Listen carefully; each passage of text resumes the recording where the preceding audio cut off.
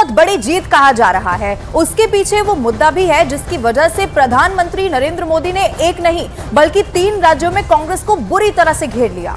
कांग्रेस समझ ही नहीं पाई कि कब उसका खेल खत्म हो गया। ये मुद्दा था सनातन का और इसे लेकर बीजेपी ऐसी हमलावर हुई कि कांग्रेस को अपनी हार की कानों कान खबर तक नहीं हुई।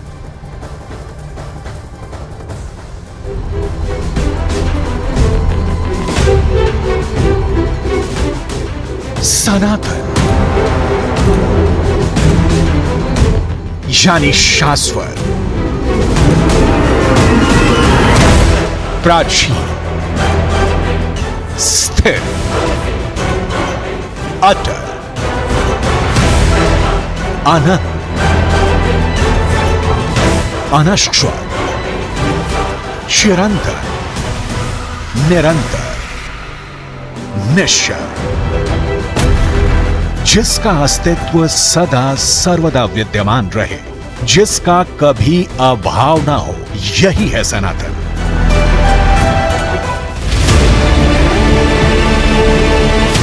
दो 2023 के विधानसभा चुनाव में सनातन मुद्दा बन गया। नरेंद्र मोदी ने सनातन पर कांग्रेस को ऐसा घेरा कि 3 राज्यों में कांग्रेस के हर मुद्दे की हवा निकल गई।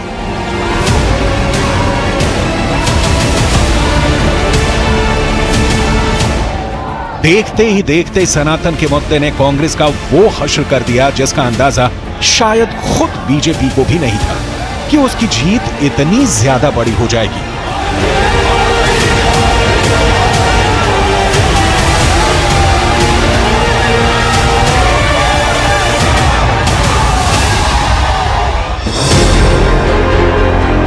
एक सितंबर को तमिलनाडु के मुख्यमंत्री एमके स्टालिन के बेटे और राज्य सरकार में मंत्री उदयनिधि स्टालिन ने सनातन धर्म पर ऐसी बात कह दी कि इस विवाद की आंच उत्तर भारत तक पहुंच गई और देखते ही देखते 3 महीने के अंदर ऐसा बवंडर चला कि 3 राज्यों में कांग्रेस मुंह दिखाने लायक नहीं रही।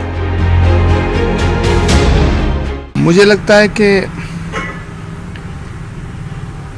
भारत की जनता ने जातिवाद की राजनीति और सनातन के विरोध को स्वीकार नहीं किया है। सनातन के बिना भारत की कल्पना भी नहीं की जा सकती है। भारत की आत्मा है सनातन और सनातन को गाली देने वालों के साथ कांग्रेस खड़ी है। ये भारत की जनता को अच्छा नहीं लगा। कांग्रेस सनातन के चक्रव्यूह में फंस गई। कांग्रेस सनातन के अपमान में फंस गई। कांग्रेस अपने सहयोगी दलों के बड़बोलेपन में फंस गई और देखते ही देखते सनातन पर चोट की कोशिश बीजेपी के लिए वोट में तब्दील हो गई। कांग्रेस सिर्फ चुनाव नहीं हारी, कांग्रेस सिर्फ राज्यों में नहीं हारी, कांग्रेस अपने साथियों के जाल में फंसकर यही समझती रही कि उसने बीजेपी को बुनियादी चुनावी मुद्दों में फंसाकर रख दिया है।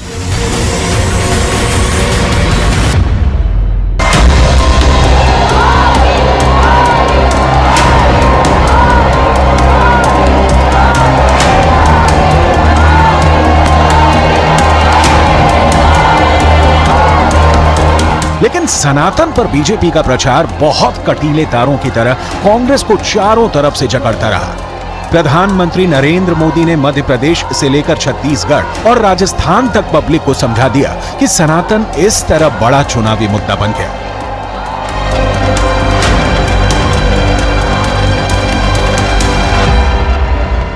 कांग्रेस और उसके साथी सनातन को खत्म करने का ऐलान कर रहे हैं और सनातन को खत्म करने का मतलब है राजस्थान की संस्कृति को खत्म करना।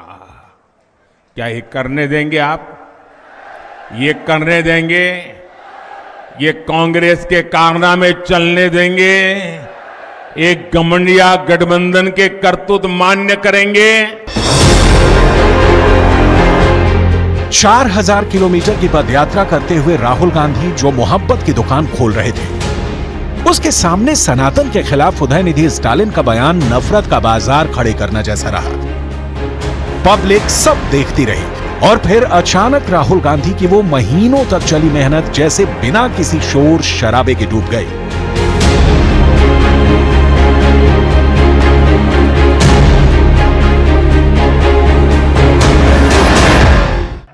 की जनता का दिल जीतने के लिए राष्ट्र सेवा का जज्बा होना चाहिए और घमंडिया गठबंधन में रत्ती भर भी वो नजर नहीं आता है। गाली गलौज, निराशा, नेगेटिविटी, ये घमंडिया गठबंधन को मीडिया की हेडलाइन जरूर दे सकती है, लेकिन जनता के दिल में स्थान नहीं दिला सकती। पूर्व क्रिकेटर वेंकटेश प्रसाद ने सोशल मीडिया प्लेटफॉर्म एक्स पर लिखा, सनातन धर्म के खिलाफ अपशब्दों का नतीजा बुरा होना ही था। देश भर में तमाम हिंदू संगठनों और बीजेपी के कई नेताओं ने उदयनिधि स्टालिन के बयान की निंदा की। इंडिया अलायंस के नेताओं ने भी इस बयान से किनारा करने की कोशिश की, लेकिन तब तक बहुत देर हो चुकी थी। बीजेपी को एक नया मुद्दा मिल चुका था और आखिरकार कांग्रेस ही वो पार्टी बनी जिसे इस बयान का सबसे ज्यादा खामियाजा उठाना पड़ा। क्या कांग्रेस को वाकई सनातन का श्राप लग गया? क्या कांग्रेस की हार की सबसे बड़ी वजह सनातन का मुद्दा रहा? कैसे सनातन बीजेपी के प्रचार का सेंटर पॉइंट बन गया? उदयनिधि स्टालिन ने सनातन पर 1 सितंबर को बयान दिया था और बीजेपी ने इस मुद्दे को फौरन लपका।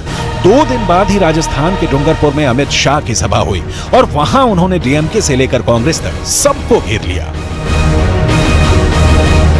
इंडिया अलायंस के 2 प्रमुख दल डीएमके और कांग्रेस पार्टी, इनके बड़े नेता, एक वित्त मंत्री का बेटा और एक मुख्यमंत्री का बेटा, वो कह रहे हैं सनातन धर्म को समाप्त कर देना चाहिए। मुझे बताओ भाई, सनातन धर्म को समाप्त करने के लिए आप तैयार हो क्या?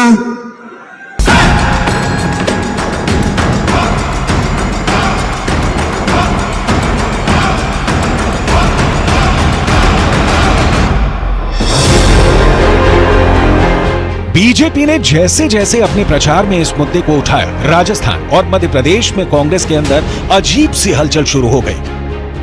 कुछ लोग समझ गए कि डीएमके ने कांग्रेस के पैर पर कुल्हाड़ी मार दी है।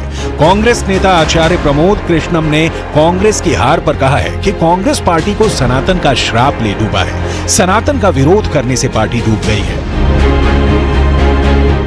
मुझे लगता है कि सनातन धर्म को मिटाने वाले